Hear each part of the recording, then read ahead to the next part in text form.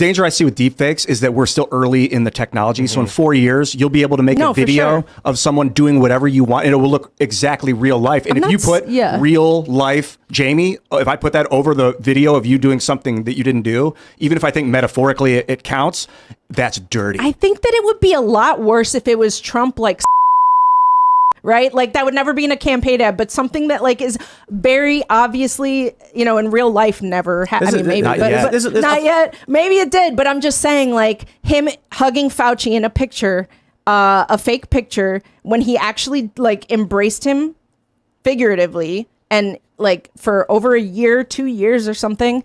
I don't think that that's comparable to like a deep fake of me, you know, kissing a guy, proving that I'm straight, you know, like trying to say, see, she's straight. Like that's different, I think. But if it was different experience than me and a lot of people that I know. So yeah, I mean, so who's to say which version is correct and if that's reflective of the whole? What do you mean? Trump will win because his supporters are crazy. Because if people I mean, that could be why. Like me and Luke, the libertarian. All right, guys. So I want to talk about this conversation that happened on Tim Pool's show between Jamie Mitchell, the founder of Gays Against Groomers, and Tim Pool, in which Jamie Mitchell, I believe, is an anti-Trumper, right? There's currently a civil war going on between DeSantis supporters and Trump supporters, okay? I think that Jamie Mitchell supports DeSantis, and she doesn't like Trump, right? And there was a segment here, or a conversation, an exchange, in which Tim Pool really kind of exposed how it seems like this woman is not really thinking very logically about why Trump supporters support Trump and not DeSantis at this point. And I really want to talk about it, okay? Because I haven't talked much about the Trump versus DeSantis stuff for a reason. But I want to throw my opinion out there because I think that as conservatives, I think that we got to take some of the emotion out of this stuff and realize what politics is, right? It's a blood sport, but at the end of the day, it's politics, right? And these guys, a lot of them are narcissists, and they're simply trying to win. And I think that regular, normal people who, you know, we all agree with each other, we got to take a step back and kind of understand what this is, right? And I'm doing this video just as kind of a reminder of that. So without further ado, let's go ahead and roll the clip. Sanctimonious and DeSantis, which is, I don't know what that means, but you know, I believe that the cult of personality is so strong with Donald Trump that these lies and names and slander that he's throwing at DeSantis is literally changing the minds of these people who once, not very long ago, loved DeSantis and were saying, make America Florida. That makes no sense, though. How does that not make sense? How could someone be a Trump supporter to the degree that they would vote for Ron DeSantis until Donald Trump told them not to, and then they decided to vote for Trump instead? Well, the polls were completely reversed not long ago. Right, so your logic makes no sense. Yes, it does, because then someone was going to vote for Trump, but actually we're going to vote for DeSantis. You're not understanding what I'm saying. So someone was going to vote for DeSantis until Trump told them not to and said, okay, I'll vote for Trump instead?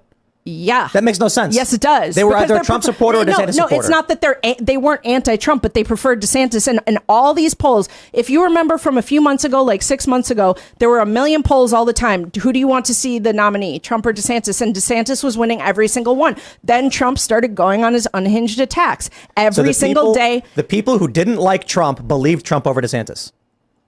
Yes. But I'm not saying that's a failure of DeSantis. No. I'm not saying that they didn't like Trump. I'm saying that they saw that DeSantis was a better option. And now, between the constant like pressure campaign from Trump slandering DeSantis and making everybody think he's some rhino. Yeah, so that logic makes absolutely no sense, right? It makes absolutely no sense whatsoever. Okay, I believe what she's trying to say is that I guess people love Trump so much that they were going to vote for DeSantis until Trump told them not to vote for DeSantis and to vote for him instead.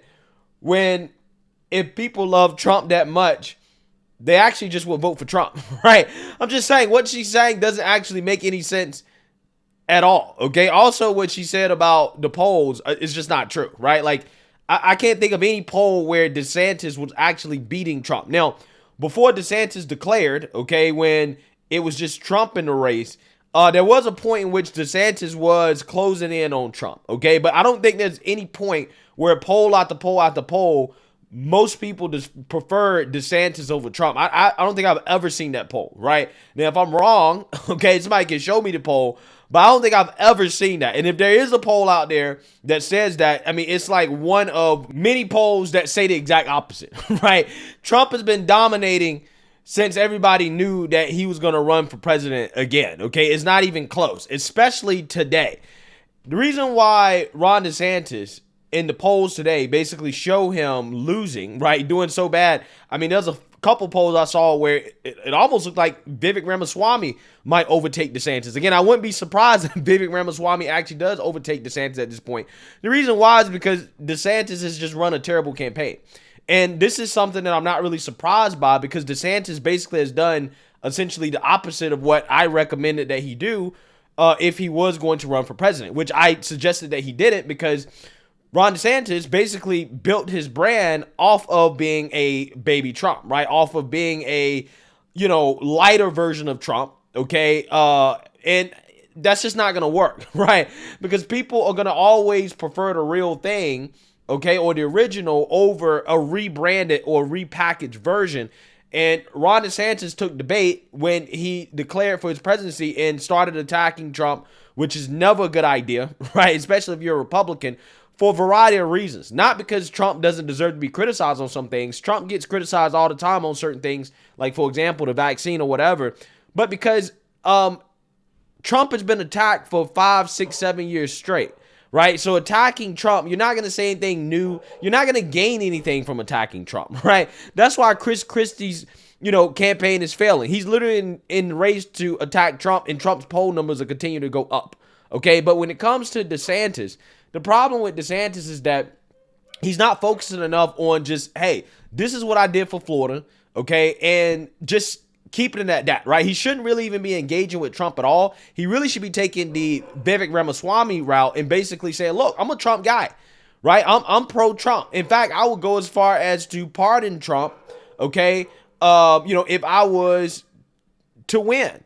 But Ron DeSantis, when Trump first got indicted by the woke fat DA out of NYC, Alvin Bragg, DeSantis was tiptoeing about whether or not he would do everything in his power as governor to try to stop the extradition of Trump to New York if it came down to that, right? He did not unequivocally come out here and stand up for Trump. And I think that along with the fact that he just hasn't run a great campaign, in my opinion, he doesn't really have his own personality to stand on, because, again, he spent most of his time as governor basically being, Trump light. I think that's the reason why it's failing. I think that if DeSantis would have took the Vivek Ramaswamy route and just said, hey, you know what? I'm focused on what I did for Florida. I support Trump and his policies. I'm America first. If he would just say that every time Trump attacks him, I think that his poll numbers will be a lot better. And the reason why is because Trump took a lot of heat for attacking DeSantis, right? When Trump came out and started attacking DeSantis publicly, and DeSantis never really attacked Trump publicly, a lot of people looked at Trump and was like, that's kind of not cool, right? Like, you're on the same team. Why are you attacking him for? Okay? And that's where you really saw DeSantis' poll numbers close in on Trump, right? But as soon as DeSantis started attacking Trump, that basically gave Trump free reign to attack DeSantis as much as he wants to attack DeSantis, right? And if DeSantis just would have never attacked Trump, if he just would have stuck to, this is what I did for Florida, that's what I'm going to focus on. We're all on the same team. I don't see a need to really go back and forth with somebody that I'm on the same team with. I don't really want to do that. I think his poll numbers will be a lot better. I really do. Because at that point, it becomes very awkward every single time Trump attacks DeSantis, and DeSantis just says, look, that's not really moving forward the agenda. I want to talk about what I did for Florida, right? And that's not to say that I dislike DeSantis. I like DeSantis. I'm happy with DeSantis. I'm happy with Trump. I'm happy with Vivek Ramaswamy. In fact, if you support Trump, I love you. If you support Ron DeSantis, I love you. If you support Vivek Ramaswamy, I love you, right? And that's the whole point of this video. Like, we can have legitimate policy debates, right? Because there are some policy differences between, Trump and DeSantis, okay? Like, for example, hey, we might not necessarily know how Ron DeSantis is going to govern from a foreign policy perspective. We don't know. Okay, we have no clue what he's going to do about Ukraine, right? But I would trust Trump much more on Ukraine than I would on somebody like DeSantis, considering Trump's record of being basically kind of anti-war, okay? But again, there's some stuff that, Trump supporters and DeSantis supporters go back and forth about that makes no sense, like the lockdowns, okay? Or they say, well, Trump was pro-lockdown and DeSantis wasn't, and it's like, no, that's not true. Both of them, right, basically went along with the lockdowns at the beginning of the pandemic because nobody knew how serious the virus was, right? And they both became basically anti-lockdown at the same time.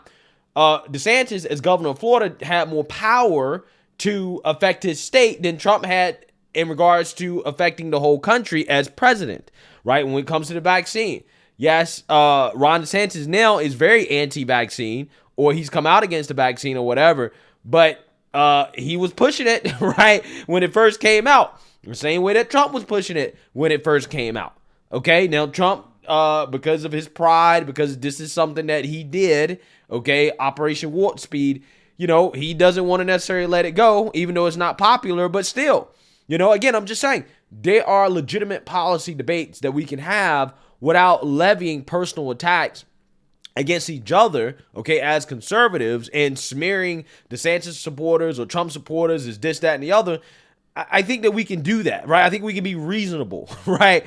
I think that's possible. As conservatives, as people that are all on the same team, I think we get too caught up in hating each other or going back and forth with each other over guys who are going to be cool with each other once this race is over, right? You remember how hard Trump and Ted Cruz went at each other during the Republican primary back in 2015, 2016?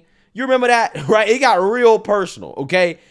After it was done and over with, Ted Cruz was the biggest Trump supporter ever, right? And Trump supported Ted Cruz. At the end of the day, politicians are politicians, man, right? They're trying to win, okay? So they have to attack each other. They have to say mean things about each other in order to get votes. But I think that we have to understand as conservatives that, hey, generally speaking, we're all on the same team, okay?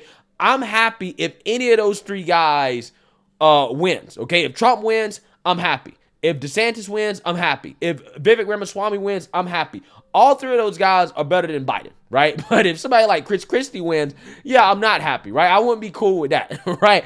We can go back and forth with each other over Chris Christie versus Trump, right? But when you're talking about DeSantis versus Trump or Vivek Ramaswamy or whoever, guys that generally are, ideologically speaking, in the same kind of boat, I just don't think it's worth it, man. I don't think it's worth ruining friendships. I don't think it's worth hating each other and fighting each other the way I'm seeing Trump and DeSantis supporters fight each other on Twitter, okay, or whatever, because hopefully it's just an internet thing, okay? I don't think that this is actually happening in real life, but yeah, I just think that all the back and forth is just unnecessary. It really is. Because those three guys, in my opinion, are good. Okay. Now, again, if, there's some heat, in regards to establishment Republicans versus, a Trump or Vivek Ramaswamy or Ron DeSantis, I get that, right? I can understand turning up the heat, right? And being like, hey, we need to really duke it out, right? Because I do think that there's a significant difference between getting somebody like a Trump, especially on a foreign policy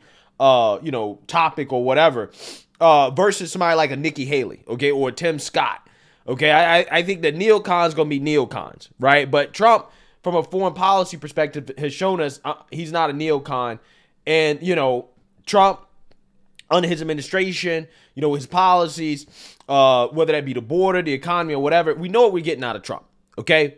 We don't really know what we're getting out of these other guys, and that's the main reason why I'm on Team Trump, okay, and I just like to go with what I know. But I'm not going to sit here and get mad at somebody else because they disagree with me, especially if they, want to support somebody like DeSantis or Vivek Ramaswamy, right? I don't